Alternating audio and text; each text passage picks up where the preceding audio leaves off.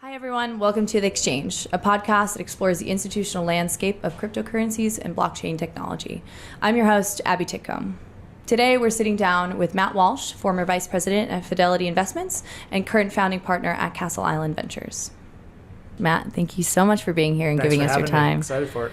So Matt is currently a partner at Castle Island Ventures. Prior to founding Castle Island Ventures, Matt was a vice president at Fidelity Investments, where you led a number of the firm's blockchain and crypto asset initiatives. While at Fidelity, you also led the creation, operationalization, and the investment strategy of a private fund focused exclusively on the crypto asset sector. So very excited to have you on the exchange today.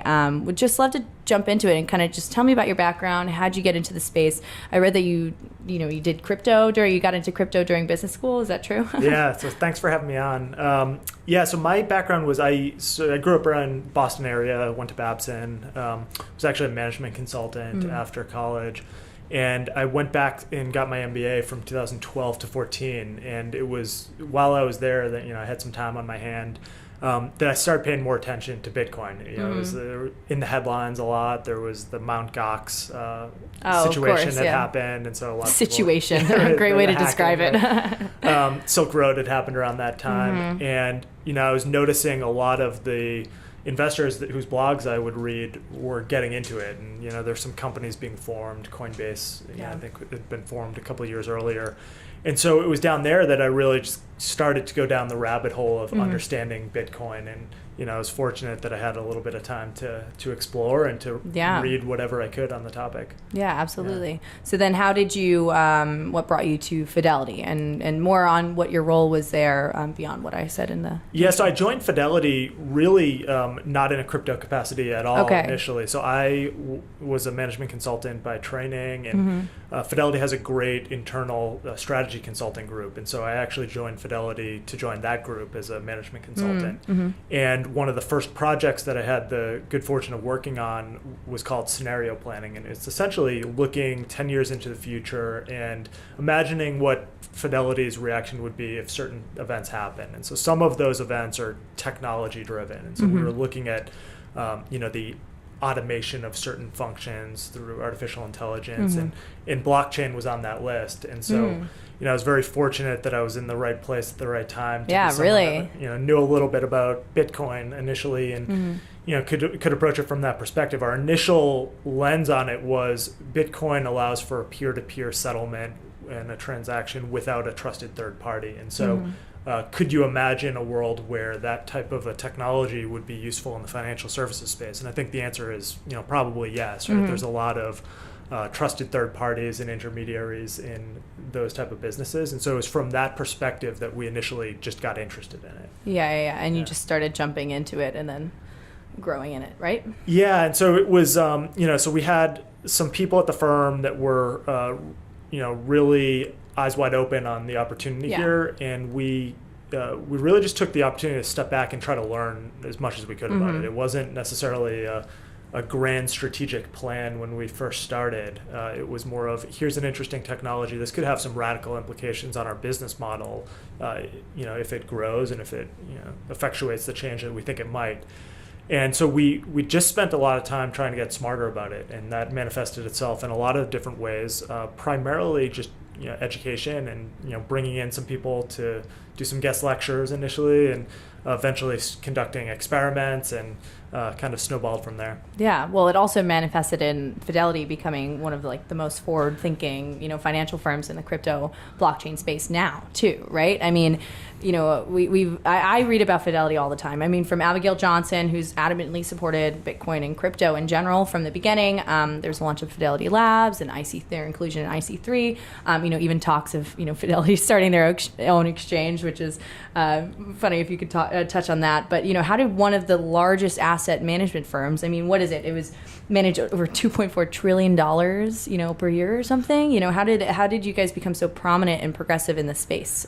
Because it's hard for it just to be eyes wide open and jump right into it. What supported that and what led you guys? So, good question. I think there's a lot to unpack there. I think the first is that Fidelity has always been very forward-thinking in terms of new technologies, very early to adopt, early to experiment, and early to innovate, and that's across the board. The chairman has a great history of that. I think the initial angle with Bitcoin and blockchain was really just to try to understand it a little bit more, and so I think when you think about the things that have made that successful within Fidelity, I think that it's the buy-in from the very top that exploration is worthwhile. And so that was always part of, I always felt when I was at Fidelity that I had the permission to explore and the permission to really deeply understand something within the space. And so I think that that's a big part of the ethos. And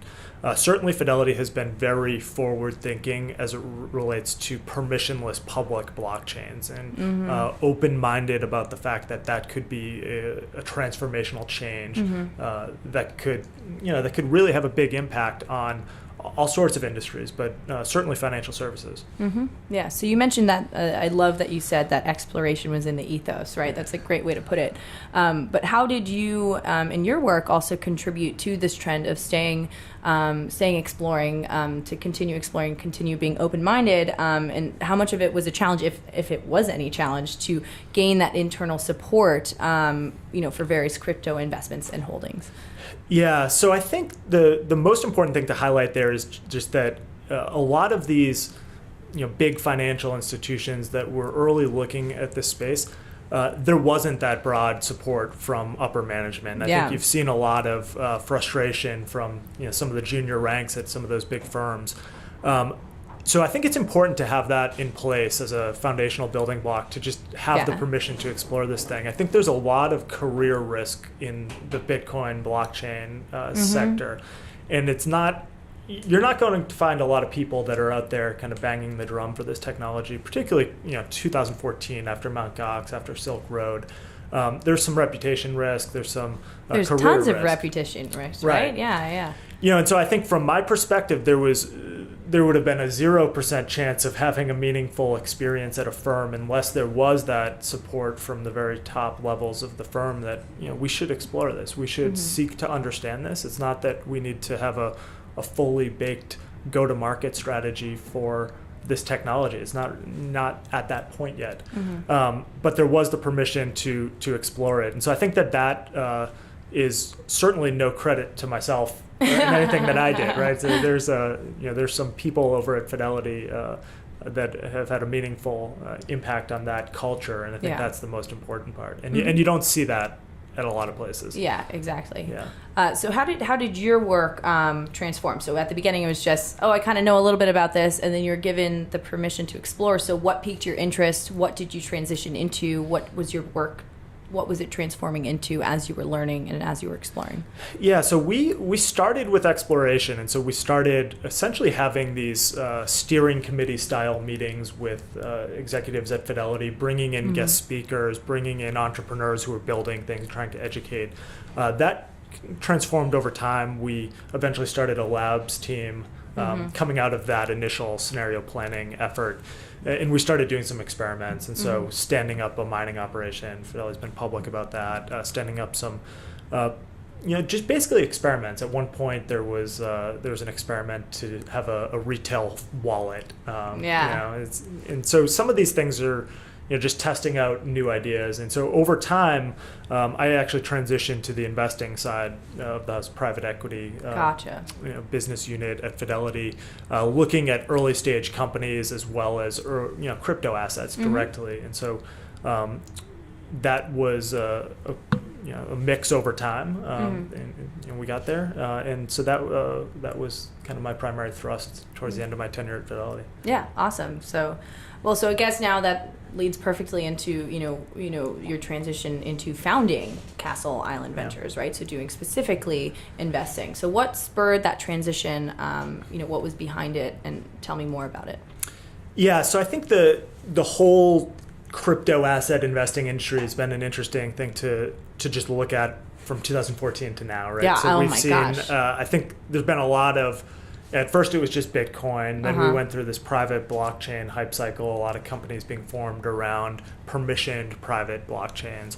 we saw the launch of Ethereum and subsequently the ERC20 token standard really spur a lot of investing activity, a lot of crypto hedge funds being created to access tokens and to hold these, these protocol tokens directly. Yep. Over time, I think my view on this has shifted somewhat, but maybe not too much. I think that there's tremendous opportunity with some of these open crypto asset protocols, particularly the ones that are focused on the non-sovereign money use case, things like Bitcoin. I'm less optimistic about ICOs, and so isn't everyone? Yeah, exactly. To answer your question, I think Castle Island Ventures was really formed around the thesis that we are at an inflection point for public blockchains. Yeah. So your investment thesis is very specific in public blockchains. That's right, and so we are exclusively focused on public blockchains and supporting infrastructure companies. And my partner Nick Carter and I have the view that we are really coming into this age where these infrastructure companies are really necessary in order to promote everyday users actually using these platforms, in order to get large financial institutions actually on board with holding these assets, transacting in these assets, getting data off of these networks. And we think it's a fundamental paradigm shift. It's a tremendous opportunity. And so the idea behind Castle Island was form a venture capital firm exclusively focused on the public blockchain crypto asset space, making investments primarily in equity investments in infrastructure companies at the outset. Yeah. So with a background in crypto assets, basically what you were doing at Fidelity, and the rise of so many different ways to invest. We're talking about ICOs. We're talking about just in general, DAOs, whatever, right? Why go into equity investments? There's so many opinions on equity investments right now. In VC, people think VC is dead. People think it doesn't matter. What else can you add as a VC? So why go into equity investments and infrastructure plays? And what's your opinion on the landscape for early stage equity investments in blockchain infrastructure plays? Yeah, good question. So I think to give a little bit of background, there have been something like 250 crypto hedge funds that have popped up in the past 18 months. And a lot of these funds are focusing on ICOs and buying into tokens and utility tokens, app coins, you name it, base level protocols. That is interesting. I have a very pessimistic view on the capital raise structure behind ICOs. I think that a lot of these ICOs have securities law violation look and feel to them. A lot of them are simply non-dilutive capital raises by the founders. And I think most importantly, if you do any level of technical diligence on a lot of these networks, they would require a monumental feat in computer science to even be possible as a platform. And so we look at a lot of these things and say a lot of these ideas are really interesting ideas, and certainly a lot of them are good uses for public blockchains. I don't think that a lot of them are good uses for having their own native token. I don't think that we're going to live in a world where there are 1,500 different crypto assets, cryptocurrencies, whatever you want to call them, and that you need to call on specific ones to do certain features. And so what I mean by that is, do I think we're going to live in a world where I have a wallet with 37 different types of tokens in it, and I'm going to, every time I want to do file storage, have to go through a process of clicking on a token? I don't think so. But what I am very confident on is that some of these networks, these base level networks, will be fundamental in the sense that there will be those services built on top of them without the need for a native token. But to maybe back up entirely, I think regardless of your worldview on how many of these assets are going to be, which ones have any validity or not, and whether or not they're actually securities laws compliant, in raising them, whatever your view on the 1,500 or so assets, I think there is a level of market infrastructure that needs to exist regardless of which one, regardless right? if anything working or not. Right. And so when I think about that market infrastructure, a lot of it just does not exist yet. And so I'm thinking about things like custody, things like custodial workflow to make holding private keys easier for institutions and less dangerous. I'm thinking about exchanges and thinking about order management platforms, portfolio analytics. How do you trade these things? How do you get access to them? How do you get them into your custodial setup?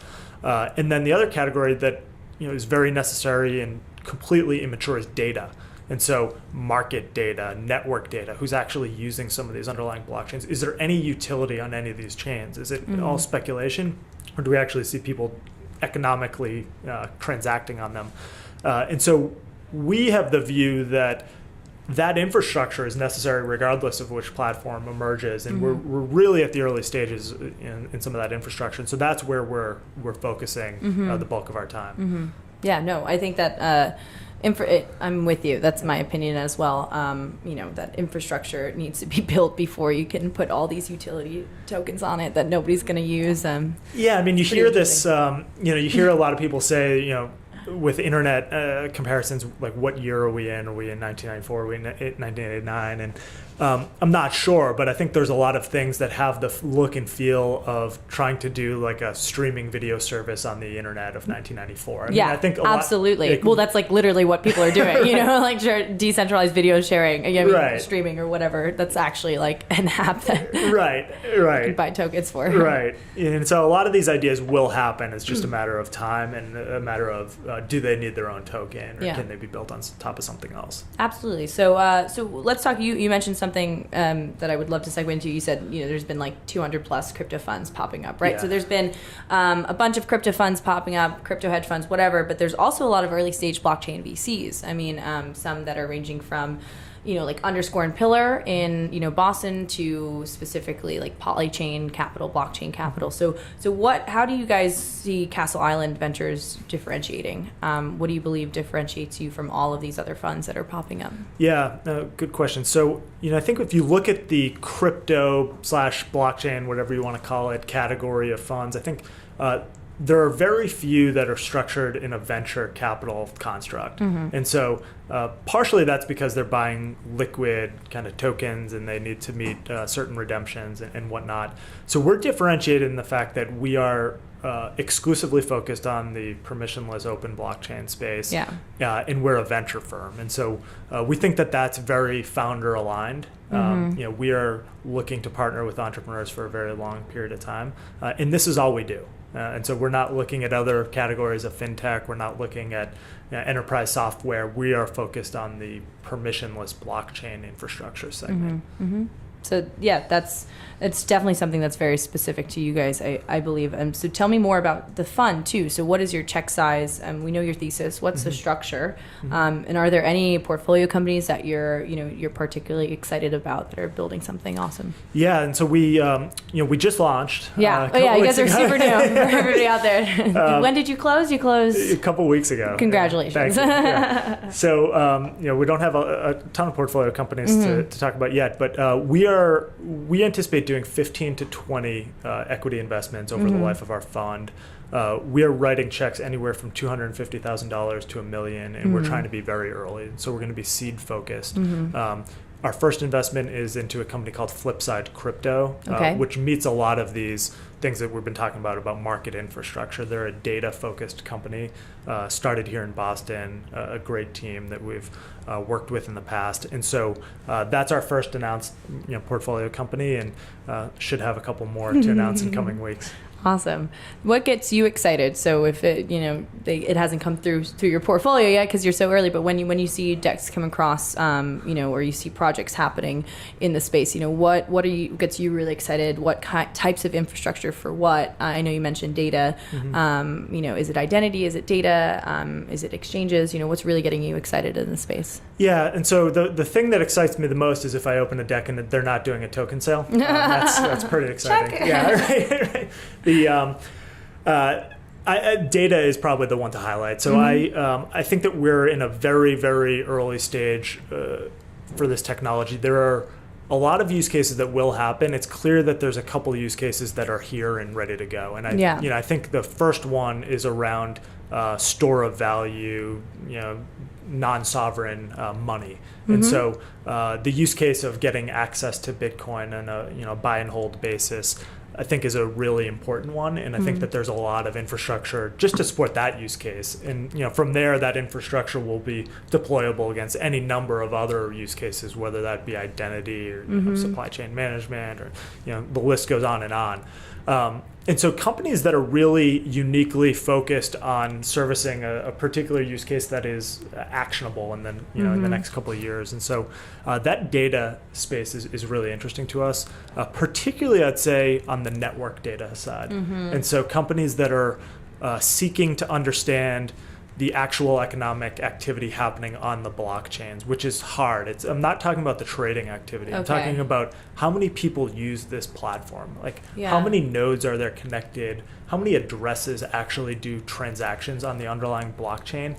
I think the kind of dangerous thing is you see a lot of these projects, these quote unquote permissionless open blockchains, and you really try to understand, is anyone actually using them? And the answer is no. I mean, there's very negligible transaction size on the underlying chain happening. It's all just exchange kind of trading on the speculation use case. And so I think companies that can surface some of those insights are going to go a long way and really do an important service to the community in terms of keeping people appraised on these things. It's the equivalent of having fundamental analysis on them. So it's the equivalent of really deeply understanding these things. I guess you could compare it to a fundamental equity research type of a thing, where is there anything actually going on these chains? So we've been talking a lot about Bitcoin, but let's talk regulation and compliance for a second. What are your thoughts on the SEC's recent denial of Bitcoin ETFs, right? So what do you think needs to happen or change to get one of these proposals passed in the near future?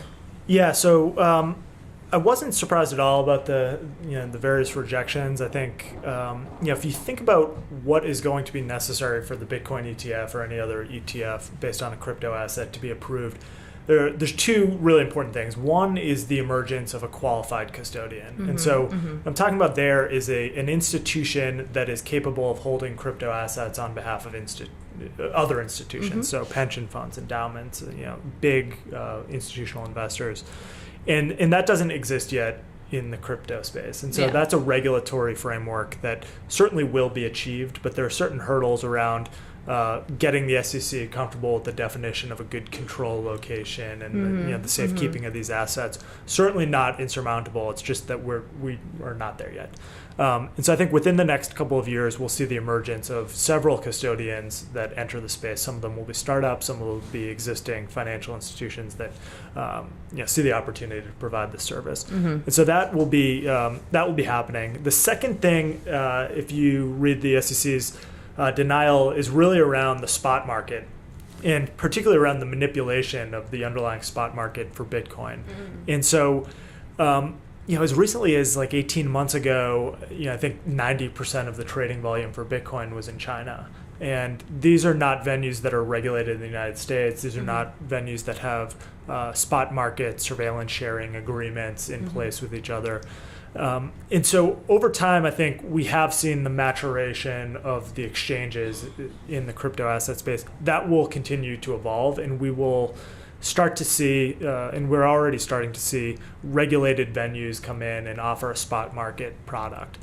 And so once we have enough meaningful traction, meaningful volume in the spot market on those venues, as opposed to unregulated venues that are outside the United States, I think some of the concerns that the SEC has addressed around the surveillance sharing and the manipulation of the potential manipulation of the spot market become addressed. And so if you pair the qualified custody piece with the regulated spot market piece, I think a lot of the concerns are alleviated, and we probably do end up seeing a Bitcoin ETF approved.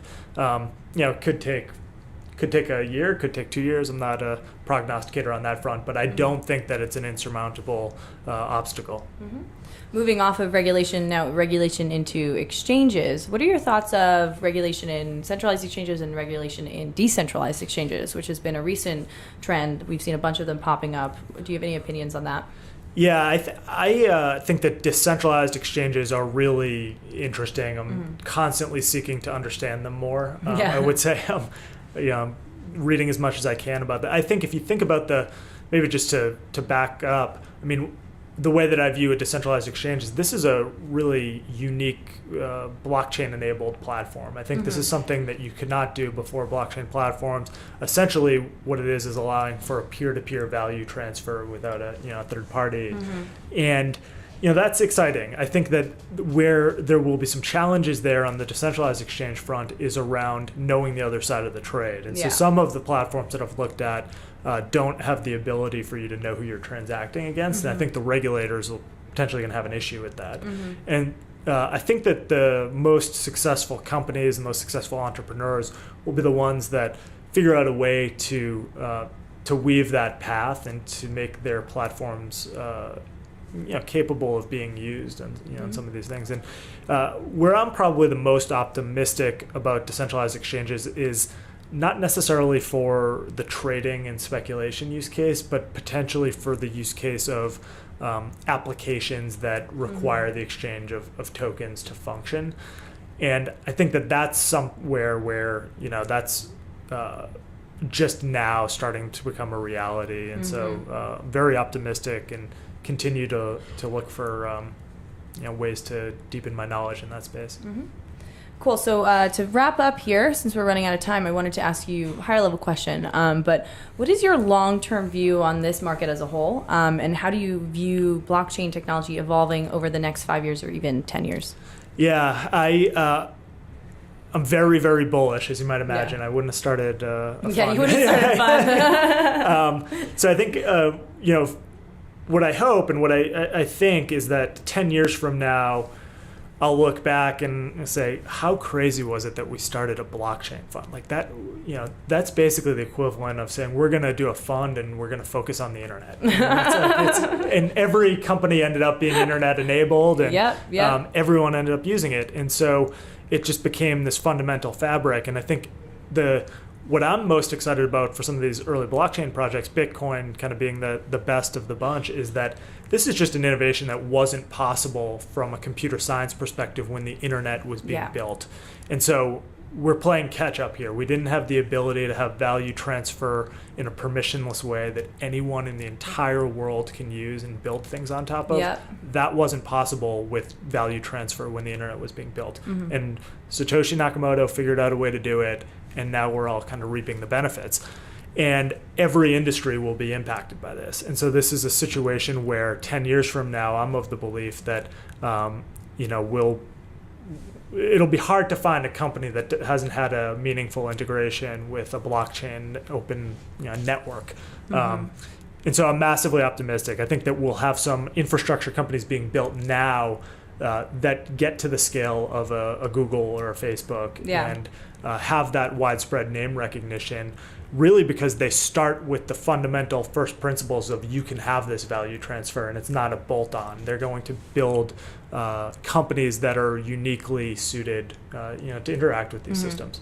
And so talking about Google and Facebook and these, just larger firms in general, not just like Fidelity and the financial firms, but other big giants who just dominate data and dominate, our current, if you say internet, our current web, right? How do you see them adapting or being disrupted with the rise of the technology over the next 10 years? So there's been an interesting narrative over the life of blockchain and Bitcoin around the big opportunity here. For a while, was thought to be disintermediation of custody banks and the DTCC and financial post-trade settlement. I think by and large, that was what the private blockchain kind of hype cycle and eventually bust was all about.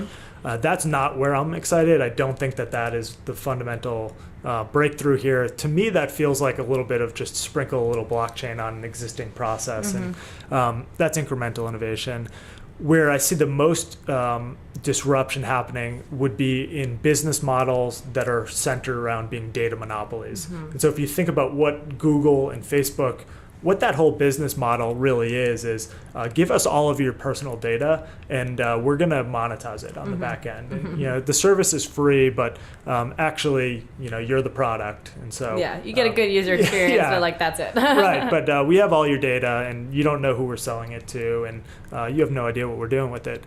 So that is something that could be uniquely addressed through permissionless blockchain networks. The idea of having self-sovereignty is really fundamental to this technology. And so the way that will manifest itself, I believe, over time is the first kind of killer use case for the technology is self-sovereignty over your money. And so the ability to hold your own money and transfer it to anyone you want, whenever you want.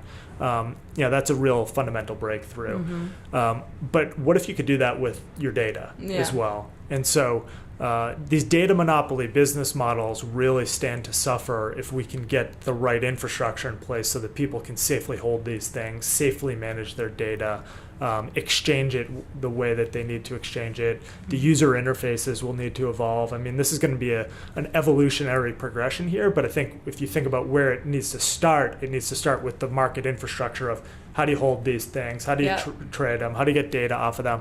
Eventually we're going to a place where you can build fantastic user experiences that are just way better than some of these data monopolies, and the value proposition will be there. And so when I think about the most imperiled types of businesses, it is those data monopolies. I mean, these companies don't necessarily have an obvious move when it comes to permissionless blockchains, because taking a step to integrate with them or taking a very positive, proactive step to become a part of these communities is antithetical to what they stand for right now. This is classic innovator's dilemma in the sense that they would need to cannibalize their own business model to do anything. And it's not clear to me that they're willing to do that. And it's not clear to me that it's economically rational to do that. Yeah, exactly.